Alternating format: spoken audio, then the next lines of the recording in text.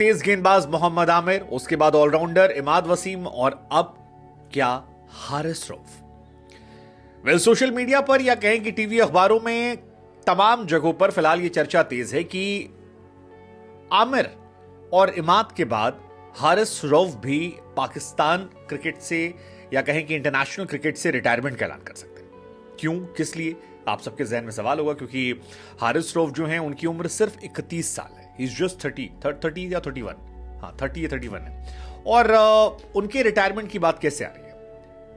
लेकिन अगर आपके मन में ये उम्र वाला फैक्टर है तो आपको याद रखना चाहिए कि मोहम्मद आमिर भी ज्यादा एज के नहीं है। ही इज जस्ट 31 और रिटायरमेंट तो उन्होंने 2019-20 में ले ली थी। उसके बाद से क्रिकेट नहीं खेल रहे।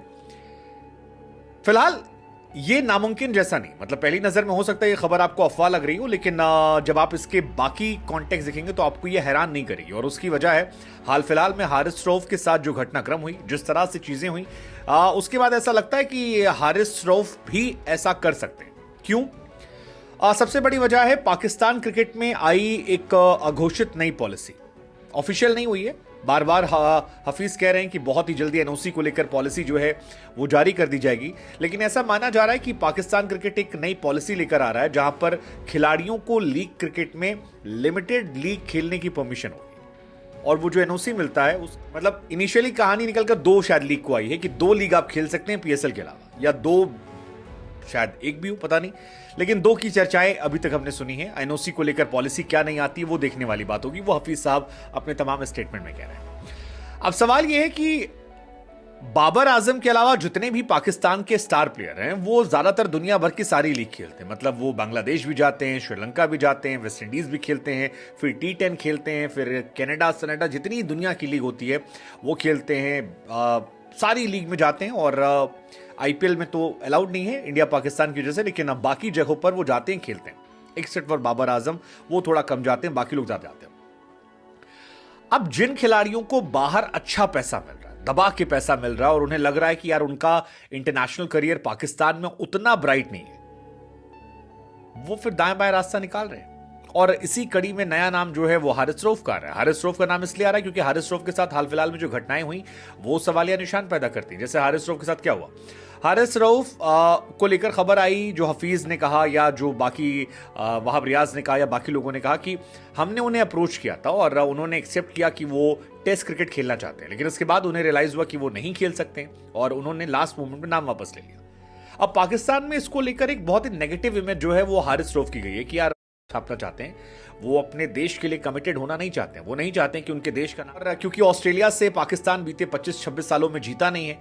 ऐसे में पाकिस्तान के तमाम जो लोग थे वो चाहते थे कि हारिस रऊफ खेले। शान मसूद का भी मुझे एक इंटरव्यू याद है जिसमें उन्होंने कहा कि मार्कवुड ने ऑस्ट्रेलिया में जाकर अच्छा किया था, हम चाहते थे कि हारिस रऊफ भी हमारे साथ जाएं, उसी पेस पे वो गेंदबाजी करते हैं और वो कहर ढा सकते थे, विकेट निकाल सकते थे, लेकिन अब हारिस रऊफ नहीं है तो फिर हम क्या कर सकते हैं, मतलब देखा जाएगा, आगे जाएंगे और लाइफ मूव ऑन होती है।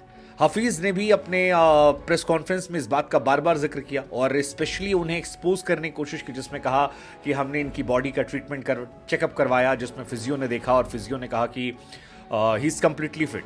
मतलब हफीज के शब्दों में कहें तो एक एक भी उनके बॉडी के अंग की जांच की गई और सारे अंगों ने कहा कि भैया ये पूरी तरह फिट है, कोई भी ऐसा उनका बॉडी पार्ट नहीं है जो इंटरनेशनल लेवल पर टेस्ट क्रिकेट खेलने की इजाजत नहीं देता है। फिर उन्होंने ये भी एक्सपोज करने की कोशिश की कि हमने 10-12 ओवर कहा गेंदबाजी कर लेना, लेकिन वो उसको भी तैयार नहीं हुए।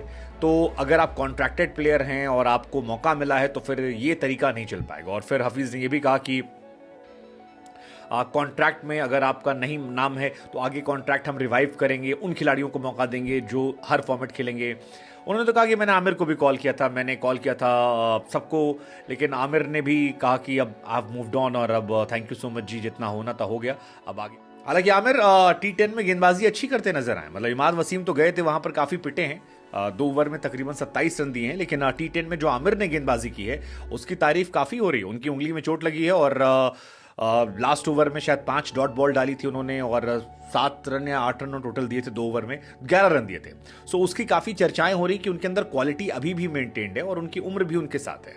लेकिन आमिर ऐसा लग रहा है कि वो भी अब मन बना चुके हैं कि यार हो गया यार, मतलब पाकिस्तानी किचकिच में नहीं पड़ना है, हमें आगे देखना है, पैसा बनाना है, घर परिवार चलाना है। और इसी वजह से हारिस रऊफ का भी नाम आ रहा है, क्योंकि हारिस रऊफ को भी अगर आप इंटरनेशनली 1 या 2 लीग तक सीमित कर देंगे तो फिर हारिस रऊफ का करियर बचता नहीं है। वनडे क्रिकेट में वो दुनिया के सबसे पिटे पिटाए गेंदबाज हैं। टेस्ट क्रिकेट उन्होंने खुद ही कह दिया कि मैं खेलूंगा नहीं, मतलब 10-12 ओवर भी गेंदबाजी करने से वो बचना चाह रहे थे। और इसके बाद अगर आप पाकिस्तान की भी, क्योंकि अगर आप 2 ही फॉर्मेट में और आप तीसरे फॉर्मेट, एक फॉर्मेट में केवल खेल रहे हैं, तो फिर आप नेशनल कॉन्ट्रैक्ट भी मोस्ट प्रॉब्ली हाथ खो बैठेंगे, या फिर जो उनके ABCD है शायद D ग्रेड में या C ग्रेड में पहुंच जाएंगे।